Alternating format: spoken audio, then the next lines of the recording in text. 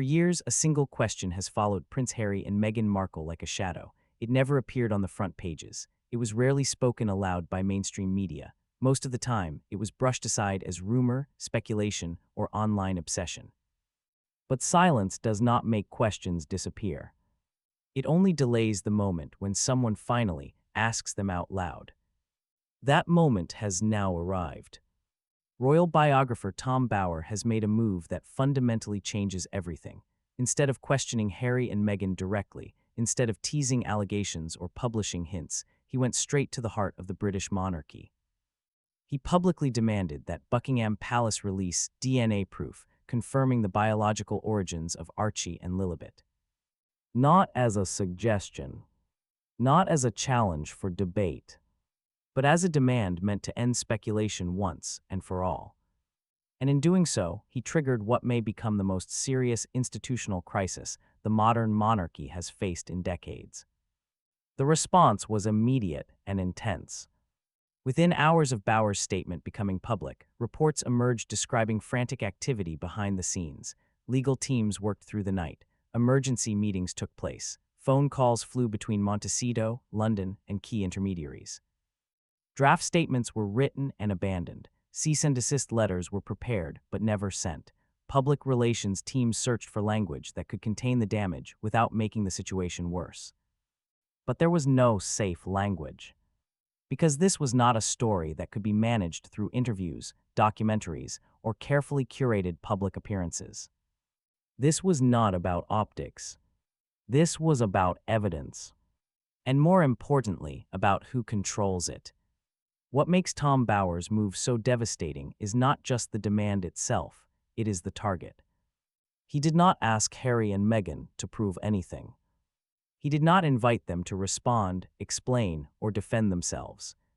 He declared them irrelevant. By addressing Buckingham Palace directly, Bower stripped the Sussexes of their greatest weapon, narrative control. They cannot counter this with a Netflix series. They cannot reshape the conversation through a high-profile interview. They cannot silence the palace with legal threats.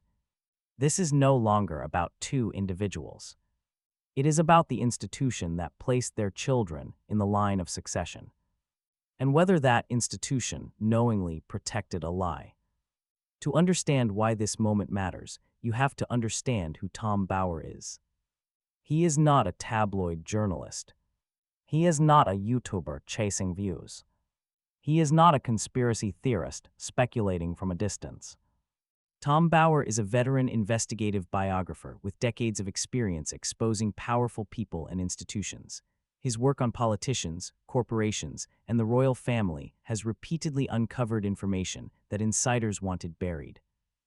When he wrote about Prince Charles and Camilla following Princess Diana's death, he revealed uncomfortable truths about image rehabilitation and internal palace strategy. When he investigated Meghan Markle, he relied on extensive sourcing, documented evidence, and first-hand accounts. Despite legal pressure, the book was published and became a bestseller. Bower does not speculate publicly. He acts when he believes the facts are already established. That is why his demand matters. Bower is not asking the palace to conduct DNA testing. He is asking them to release proof he believes already exists. This assumption is critical. Royal pregnancies are not treated like ordinary family matters. The monarchy is built on bloodline legitimacy. It has survived for centuries because it verifies lineage with obsessive care. Medical documentation, independent confirmations, strict protocols. No institution as old and cautious as the British monarchy would place children into the line of succession without knowing the truth about their biological origins. Bower's move implies one thing very clearly. The palace already knows. For years, certain details surrounding the births of Archie and Lilibet raised quiet concerns. Individually, each detail could be dismissed. Together, they form a pattern. Meghan Markle publicly described giving birth at the Portland Hospital in London, yet multiple sources, including hospital staff speaking anonymously, claim there were no admission records matching the dates she provided. No paperwork. No discharge documents. No confirmation. The birth announcement itself raised eyebrows. It arrived hours after the reported delivery. Witness accounts placed Prince Harry elsewhere during critical time windows. Then there were the visual inconsistencies. During public appearances, the pregnancy bump appeared to shift position. In some moments, it creased sharply instead of maintaining a natural curve. In others, its size changed dramatically within days. One video showed the bump collapsing inward when Meghan sat down. Medical professionals and pregnancy experts noted this does not occur with a real pregnancy, but is consistent with a prosthetic. Supporters dismissed these observations as conspiracy thinking. But the images remained. Later, a video surfaced showing Meghan dancing in a hospital room shortly before labor. Instead of resolving doubts, it raised new ones. The timing of the release felt strategic. The staging felt rehearsed. Experts pointed to visible seams and unnatural movement. Each attempt to silence doubt seemed to amplify it. Then came the most serious allegation of all. A woman identified publicly only as DL claimed she acted as the surrogate for both Archie and Lilibet. According to her account, she was recruited through a high-level agency. She lived in isolation during both pregnancies. She signed strict non-disclosure agreements. She received compensation in exchange for complete erasure from the public narrative. DL claims to possess medical records, ultrasound images, pregnancy timelines, and signed legal contracts. She reportedly agreed to DNA testing through formal legal channels. If even part of her claim is verified, the conversation changes completely. This is no longer rumor. It becomes documentation. This story is not about personal choices or modern family structures. It is about constitutional law. Under British succession rules, biological descent is mandatory. Children in the line of succession must be biologically descended from the royal bloodline. There are no exceptions. No modern reinterpretations. No flexibility.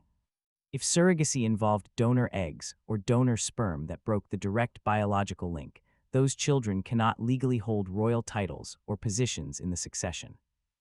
This is not emotional. It is legal. That is why the palace cannot dismiss this quietly.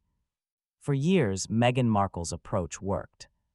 Control the narrative. Frame critics as hostile. Use legal threats strategically.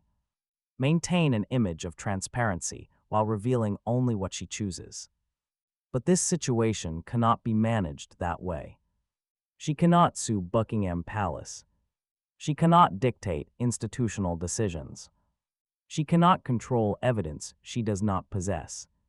Reports describe anger, panic, and intense behind-the-scenes pressure to maintain silence. But the palace does not work for her. It works for the crown. The monarchy now faces two terrible options. If it releases DNA evidence and that evidence contradicts the official story, it risks exposing years of strategic silence and damaging Prince Harry permanently.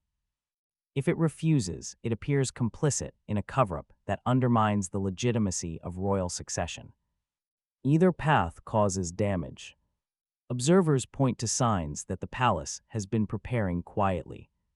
King Charles appears publicly with Prince George, Princess Charlotte, and Prince Louis, yet he has never been photographed in comparable moments with Archie and Lilibet. There are no official birthday posts. No traditional christening photos with senior royals present. No visible integration into royal life. This distance appears deliberate. Behind closed doors, constitutional experts and legal advisors reportedly discuss contingency plans. These include title removal, succession adjustments, and legal mechanisms if deception is confirmed. This is no longer hypothetical. While the palace calculates and Meghan fights, Prince Harry appears to be collapsing under the weight of it all. Sources describe obsessive monitoring of news coverage, endless scrolling, rewatching videos, reading comments that dissect his life and his children. Friends describe mood swings, paranoia, and visible distress. This crisis strikes at the core of Harry's identity. Since leaving royal life, he built everything around fatherhood, protecting his family, breaking cycles, creating a healthier legacy. If the biological legitimacy of his children comes into question, that entire narrative collapses. Friends see only two possibilities. Either Harry was manipulated, which makes him appear weak and naive, or he knowingly participated, which makes him dishonest and unforgivable. Neither version saves him. Tom Bower did not raise questions. He forced a decision. By demanding DNA proof from the palace, he eliminated the option of quiet avoidance. Silence now looks like admission. Every defensive reaction feeds suspicion. If the palace releases evidence, the fallout will be immediate and irreversible. If it refuses, the monarchy risks long-term damage to its credibility. There is no third path. The Sussex brand was built on truth, transparency, and authenticity, on the promise that they escaped a secretive institution to live honestly. Now they are the ones refusing to answer basic questions. Even former supporters are asking the same thing. If there is nothing to hide, why not end this now? Every day of silence makes the situation worse. The palace holds the evidence. The world is watching. And this time, no one walks away untouched. Tom Bower did not just challenge two individuals. He challenged the foundation of the monarchy itself. The truth is coming. The only question left is when.